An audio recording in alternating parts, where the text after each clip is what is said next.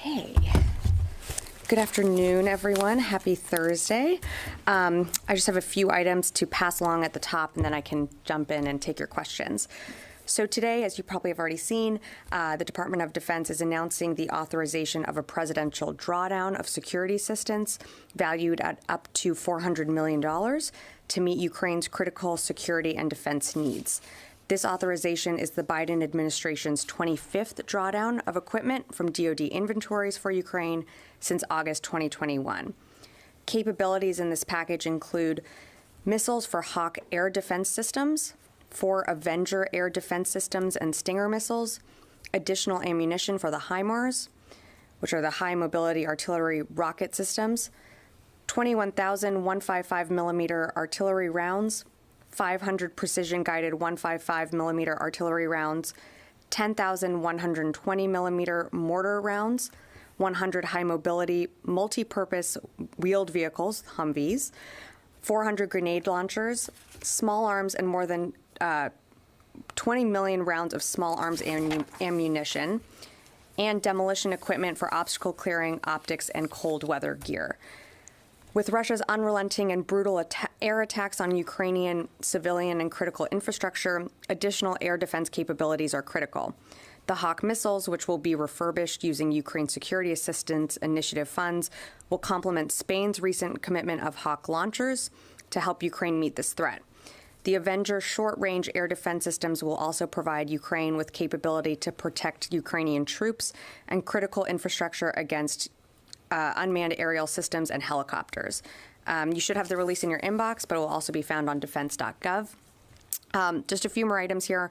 Looking ahead, tomorrow, Secretary Austin will provide remarks at the Vietnam Veterans Memorial at 1 p.m. to commemorate and pay honor to our veterans. Their service and commitment make up the strong fabric of our nation, and we will never forget their sacrifices.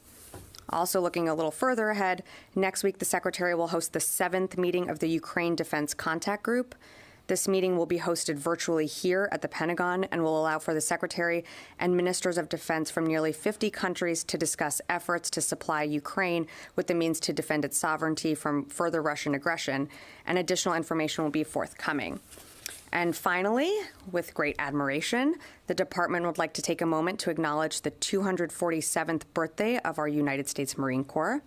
As the department continues to adapt to the complex challenges of the 21st century, the Marine Corps stands ready to bring invaluable experience to the battlefield. Their work on how we will operate in a contested maritime domain reflects their steadfast commitment and value to our joint force. We wish them a heartfelt happy birthday and Semper Fi, Marine Corps. And with that, I will take your questions. Yes, Tara Cobb, sorry. Okay, thanks for doing this. Can you talk a little bit more about the difference that the Avenger air defense system can make in the battle now, particularly with Russian troops withdrawing from Kherson? Did the Pentagon decide to make these available now because it's winter and they can be put on high vehicle trucks? What was the thinking there? So, again, this is one additional air defense system that we have provided along with our partners and allies that I think complements some of the air defense systems that we've provided. In particular, with the 4 Avenger air defense systems, these are mobile, short-range air defense systems that can they can protect against cruise missiles, helicopters, unmanned aerial systems. They're shorter in range, but with some of the additional capabilities that we and Spain and others have provided, like the Hawk missiles, this is something that will, I think, fit in well with some of the capabilities that they're already using on the battlefield. Just a quick follow-up. Yeah. Since this system also uses Stingers, are there any concerns that this is another pressure on the Stinger stockpile? You know, again, we continue to assess our readiness, and the short answer to your question is no. We are committed to providing Ukraine with what it needs on the battlefield and what they need day to day, and we are constantly assessing our readiness, but we wouldn't have provided these Stinger missiles if we didn't feel like that we could. I'll stay in the room.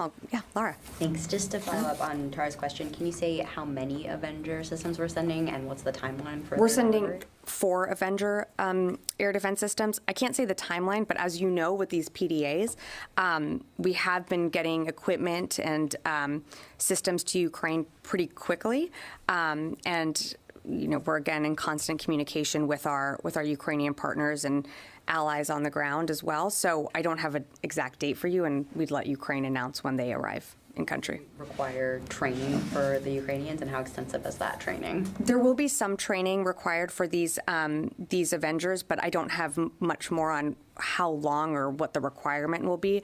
But like with most of the capabilities that we've provided, we have given some training when they have gotten in country, and so, or before they go in country, and so these air defense systems would require some of that. Great, yeah. Hi. I have a follow-up on the Avengers and then sort of a broader question for you. I believe the Avengers are automated short-range systems, so tech first, and I have read that they started being produced, I think, in the early 2000s, so I was wondering if you're sending older or newer Avenger capabilities, if you could speak to that, and then I'll follow up. Yeah, no problem. In terms of when and what type of, or what year or make we're providing, I would just say that we're just providing the 4 Avenger defense systems. I'm not going to get into specifics on that. And then your first question was, I'm sorry, I'm blanking on your first one. My second question, actually, is 2 parts for you.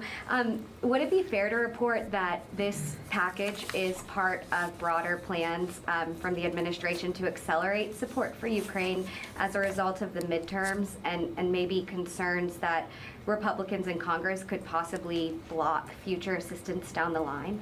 Well, I think you've seen a pretty steady cadence of security assistance packages that we've rolled out. We just announced another tranche of security assistance just last week, which is what I had mentioned with the Hawk missiles being refurbished. So I think on top of that, support for Ukraine has had pretty broad bipartisan support, which we welcome, and we thank Congress for their support. I think there is in Congress on both sides of the aisle a commitment to Ukraine that we're in this for the long haul. So even with the midterms and the outcomes, I think that Ukraine will still see security assistance and support from the United States in their fight. I'm going to go to the phones, and then I can come back into the room. Howard Altman. Thank you, Dennis. I've got some operational questions. First, does the Pentagon see a withdrawal of Russian troops from the town of Snihorovivka in Mykolaiv Oblast? And I have some other questions. Further Russian movements, I mean, I think I've seen the open source reporting there, but nothing further to add. We've seen the Russians reinforcing their defensive lines, and we're seeing the Ukrainians continue with their counteroffensive, but I don't really have more to add other than that.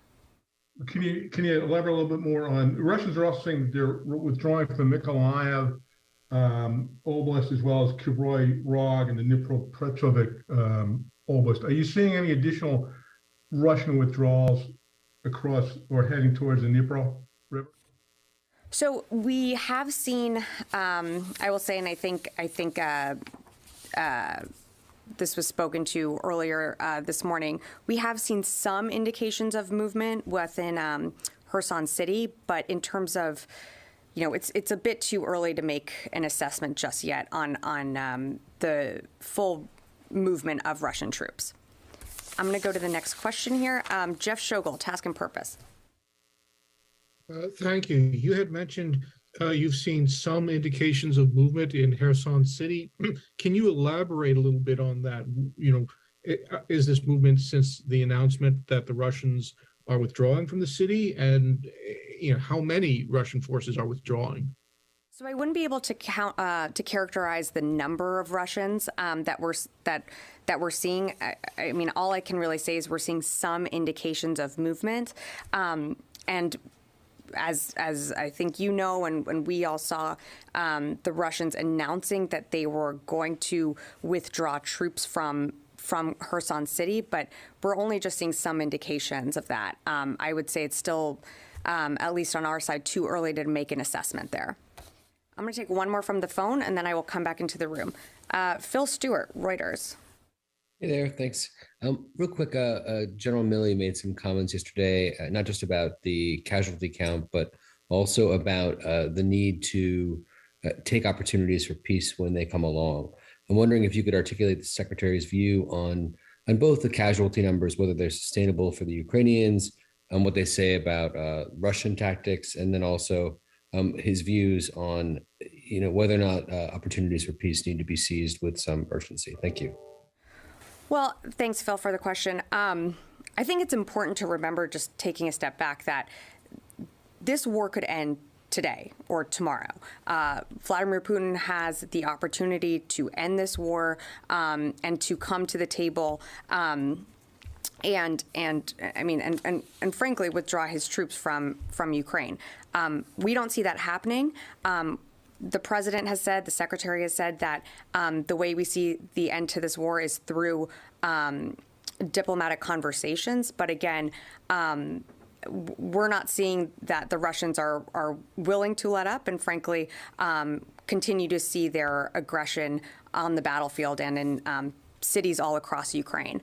In terms of your other question on Chairman Milley's comments, I think I'd let those comments speak to themselves. I don't have anything further to add to that. I'm going to come back into the room here if anyone, yeah, Mike. Hi. Semper Fi. Semper Fi, I know. As I said it, I was like, I'm going to get dragged for this. I'm so sorry. And I know this, so thank you. Yeah. Anyway, I was just nervous. It's a big day for the Marines. Yeah, and I wanted to make sure I got the birthday right, and then I just messed up the last line. So thank you, Mike. The Hawk was never used in combat when it was part of a U.S. inventory, and it's been 20 years Right. since the Marines have had it as part of their. Has Ukraine used it at all yet? Are they still? Is it all still in the sort of refurbishment? Have they gotten any? So we announced the refurbishment of the Hawk missiles just last week. So those will be going out for a contract to get refurbished. So in terms of what we have in our stocks, no, those have not gone over there. Now you have seen that Spain and other countries have provided other air defense systems. So in terms of specifically the Hawk, I mean, how so none of them have been used. Well, Ukraine not- has never been used. Not ours, but remember, Spain did provide their Hawk system. So I would direct you to the Ukrainians for further comment on how and how effective they've been or how they've been using them. But I wouldn't be able to comment on that from here. And did you have a second question? I'm sorry. No, Okay, great. Anyone else? Yeah, Barbara. Without recounting necessarily all the public turmoil surrounding Twitter right now, it's all out there, open source.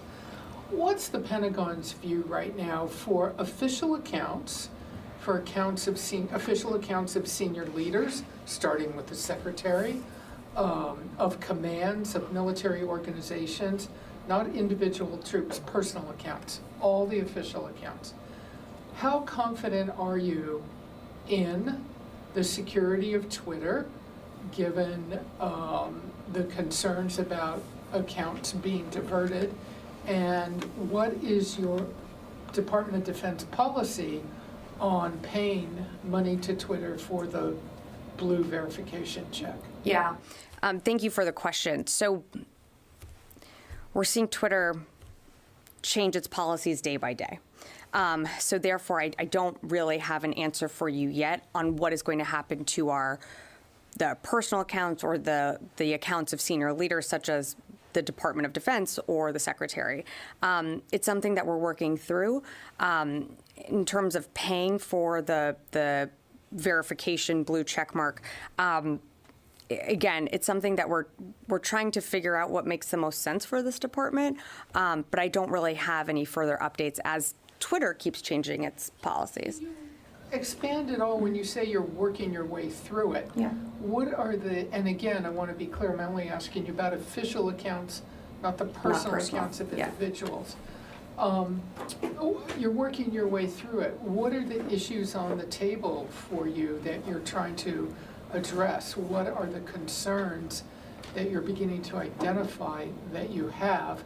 And how could you even potentially pay without, do you anticipate you would have to organize some kind of DoD-wide government contract to Twitter to be a vehicle to pay? So what are the issues? Can you expand on that? Well, I think one of the biggest issues is that Twitter keeps changing exactly what it's going to do. I think it was just yesterday, some accounts saw a gray check mark or verification next to their name, then that went away for some accounts. So it's hard to, some of this is just speculating because we really don't have a good grasp of what exactly the Twitter policy is going to be just yet. So working through those issues, part of it is thinking through, we have official accounts from the Department of Defense all the way down to our services, to the Marine Corps, Semper Fi. And I just, I don't know that we have a good sense just yet until Twitter makes a more permanent decision of what we do with all of our accounts. One quick follow-up. Sure. Do you feel at this point that it's still stable and, if you will, secure enough to be a vehicle for official communications from the people that have, from the organizations that have official accounts? Are you okay with it still right now? So as of right now, I have an official account here at the Pentagon. I use my official account. I feel safe using my official account. Twitter is a massive platform with huge reach. It'd be tough to not be on the platform and not be able to reach people where they are, where they get their news, where they communicate. But again, I understand that Twitter's going through a lot of changes right now. So as Twitter adjusts and makes changes, we're going to have to adjust and adapt too. So as of right now, I feel fine operating on the platform, and I think our accounts do as well. And if that changes, I'll certainly let you know. Great. I'm just going to go to the phones, and then I will come back into the room. Heather, USNI. Thank you so much. I was wondering if we can get an update on the maritime situation in the Black Sea right now, and if there's been any discussions about extending the grain deal that was brokered by the UN and Turkey. So in terms of the grain deal, I would refer you back to Turkey and the UN. I don't have any updates from here. The maritime picture remains unchanged. We haven't seen major updates on either side. So when there are, I'd be happy to read that out and get back to you on that. I'm going to just go to one more, and then I'll come right back into the room. Valerie with Breaking Defense. Hi, thanks so much for taking my question. I've got sort of a broader question. So as the Pentagon sort of looks forward, could the Russian retreat in Kherson have any impact on the weapons and security assistance needed for Ukraine as the conflict continues? Is the department expecting any new requirements as a result of these latest developments, or are you guys sort of just seeing a continued demand for things like HIMARS, anti-drone equipment, some of the stuff that you guys provided today? Yes, thank you for the question, Valerie. So in terms of what the Ukrainians need and if there will be any changes on the battlefield with the possible withdrawal of Russians from Kherson City, again, we are in touch with the Ukrainians frequently, regularly. We are assessing what they need on the battlefield. In the very beginning of this war, you heard us talking about javelins and stingers. Right now, we're talking about HIMARS. We're talking about just last week when we rolled out the Hawk missiles that need to be refurbished. We're talking about different equipment as the battlefield changes and as we head into different environments and weather conditions as well. So we're going to continue working with our Ukrainian counterparts, but also this is not just the United States working to arm and support Ukraine. We have our partners and allies around the world. And as I mentioned, next week on Wednesday, the Secretary will be convening a virtual Ukraine defense contact group here at the Pentagon, which is, again, just another opportunity for nearly 50 countries to come together to talk about what they can do to pool their resources and capabilities and systems for Ukraine as the fight continues. I'm going to come back in the room. Yeah, Tara. I noticed on the list of new systems and ammunition being provided, 20 million rounds of small arms ammunition. That's a huge increase. Why is the Pentagon providing this ammunition now? It's, to date, there had already been 65 million rounds. Have they already gone through that? I don't have an update in terms of what they've gone through, and I certainly wouldn't want to broadcast that. I think that's something that the Ukrainians could answer for or would choose to answer for. I mean, this is a changing war. It's a changing battlefield. It is dynamic, and of course, these rounds are being used. I wouldn't be able to get into how quickly, but this is something that the Ukrainians expressed to us and to the department that they needed. So we want to fulfill that requirement. Great, and I think. Oh, sorry. Yes. Just really and I'll come quick. back to you, Laura. I think you had a. Oh, you're good. Okay. One more quick follow-up Sure. On the Avengers. This is the first time they're being sent to Ukraine? Yes, this is a new capability that we are sending. And why now? Was it requested? Could you just sort of expand a little on that? Yeah, sure. I mean, this is, again, we are in touch with our Ukrainian partners, and so we discuss with them what they need in this fight. We assess what we can provide and what makes the most sense. So this was a request that fulfilled a need that they wanted. And so, I think this is an air defense system that's going to complement the other air defense systems that not just the U.S. has provided, but other countries as well. Yeah. Louis. Oh, and then I'll come to Courtney. Yeah, nice to see you. Good to see you. Regardless how the election turns out, there's going to be a new Congress coming in, a new session in January. You've got about a dozen high-profile nominations for key posts in the building. Rhoda Plum, Taylor Kale. What are you going to do to try to get those confirmations through in this session? And if it's not possible, are you going to have to resubmit these nominations for the coming session?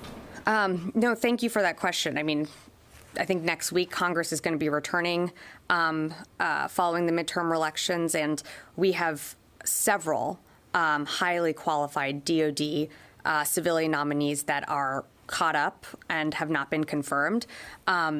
Just to put this in a little bit of context, I mean, as you know, the U.S. is facing an array of adversaries, both the acute threat of Russia and our pacing challenge when it comes to China, and then not to mention Iran and North Korea continuing to develop their own weapons capabilities. But we're nearly 2 years into this administration, and yet the percentage of DoD nominees confirmed by the Senate is lower than it was at this same point 2 years ago into the presidencies of Clinton, Bush, Obama, and even Donald Trump. And this has been data that's been collected by a nonpartisan partnership for public service. So the department is doing everything it can right now, but with 12 highly qualified DoD civilian nominees, we're a bit hamstrung here. And so we urge Congress we urge the Senate to confirm these nominees because they play a critical role in just managing recruitment, our budget, our physical health of the force. And just to give a quick example here, when it comes to the PDAs that we're announcing today, when it comes to assessing our own fighting capabilities, our acquisition leaders are so important in maintaining our weapon stocks. But yet the Deputy Undersecretary for Defense for Acquisition and Sustainment remains vacant. Some of our nominees were submitted in November 2021 and still haven't been confirmed. So while we do see this as a small group of Republicans that are holding up our nominees, we believe these nominees are fully capable and they have bipartisan support. I mean, they were voted out of the committees, and we just hope and urge the Senate to confirm them. Yes. Follow up. Yeah. You listed the administrations and what points, the progress had been made on nominations. The Trump administration actually seemed to get along pretty well just by having acting people in these offices. Is that something that you feel is appropriate? Is that something that you want to get past? given the concerns that you just raised? Well, I will say anyone in an acting position, when they don't have the full authority or they're not the actual director, there's still ambiguity within staff. There's still decisions that need to be made by the actual, whether it's a deputy undersecretary, whether it's, having an acting doesn't necessarily set the trajectory for how that department is going to look. That is what the person that is confirmed does. I think a good example here is we talk about recruitment. We talk about how we are going to bring in more folks into the Army, Navy, whatever it might be. And we have 2 positions open in the manpower and reserve affairs in the Army and Navy that have yet to be confirmed. And those people were nominated in January 2022. So you can have an acting there, but that person won't necessarily be able to set the trajectory of how are we going to set the long-term goals? And frankly, it doesn't. I don't think it's helpful to just have an acting person in that role. I think you need someone that has the support of Congress, has the support of the Senate, to lead the organization as well. Yeah, Courtney. So just one follow-up on that. So does that mean that President Biden or Secretary Austin or someone is going to be lobbying Congress right now to push some of these people through for a vote? I think I may be wrong about this. I think the IG has already been voted, or has already been approved out of committee, just hasn't been voted on. That's right. So we've had an acting for 10 years now? Not that long. 6 years. Yeah, 6 years, for a long time, right? Right. So, is there going to be an effort to try to push that through before Congress changes over? Well, that's why we have our legislative affairs team. They're certainly doing the work. They're in touch with Congress. I mean, part of the work that is done, not just at the secretary's level, but at a staff level, is working with a senator's office to answer any questions that they may have, urge for these nominees to be confirmed. I don't have anything to read out from the secretary's level at what he's doing now, but he put these people forward. He has chosen them to lead their respective departments, and as you mentioned, someone from to lead the IG. I think that was one of the. I don't have my whole list here, but I believe that person's name was submitted in January 2021. I mean, we're talking about, like you said, made a joke, but 6 years of not having a fully confirmed person. I mean, I think that's devastating to a department. So is it, and the names, just to be clear, if they aren't confirmed by the end of this Congress, they go back to the White House and have to be resubmitted, right? Yes. Okay. Yeah. And then I have just another one. Sure. I'm sorry if I missed this when I was walking in here. Did you say how many of the Hawk missiles the U.S. is providing as part of this PDA? We have not. That's for just for OPSEC reasons. We did not, when I announced it last week, we have Hawk missiles that are going to be refurbished, but we just didn't announce the number. Can you talk at all about anything about how the Ukrainian air defenses and the ammunition for them are holding up right now? If they are, because we hear so much about the need for air defenses, but no one ever really talks to us about how much the Ukrainians are expending them in the current fight. Well, I think that's a great question.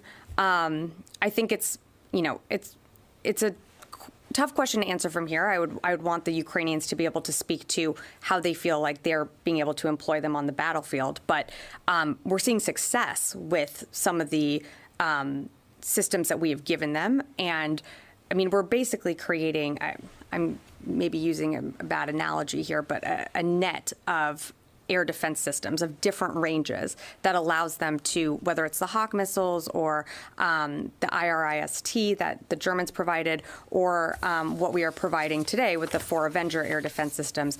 All of them have different ranges.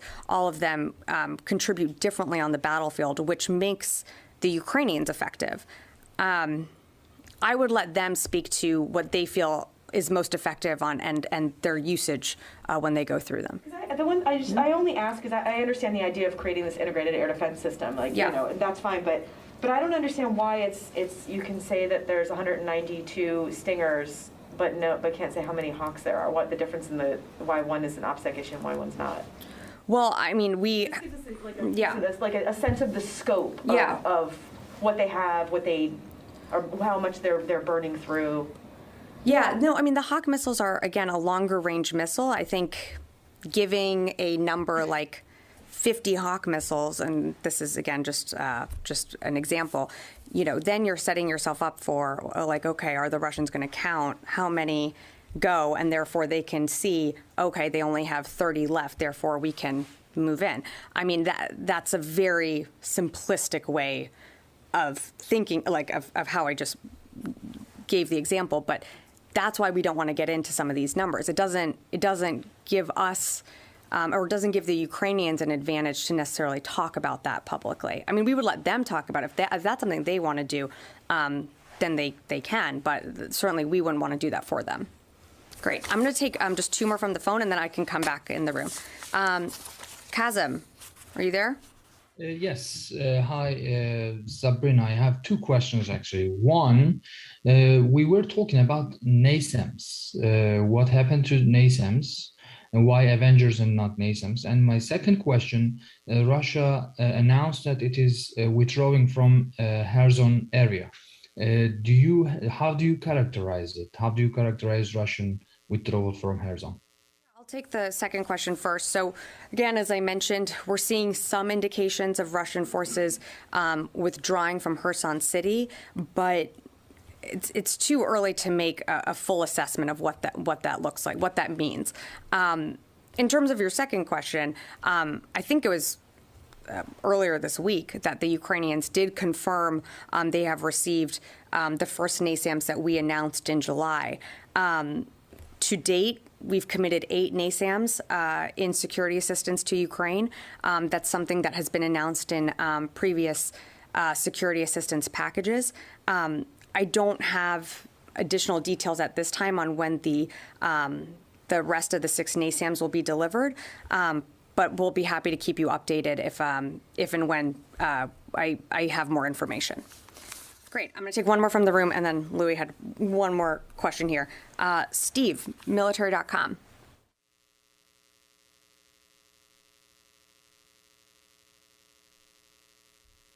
Okay. All right. Nothing heard. Back to you. Yeah.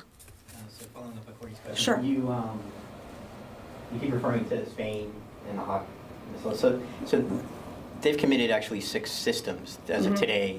2 additional.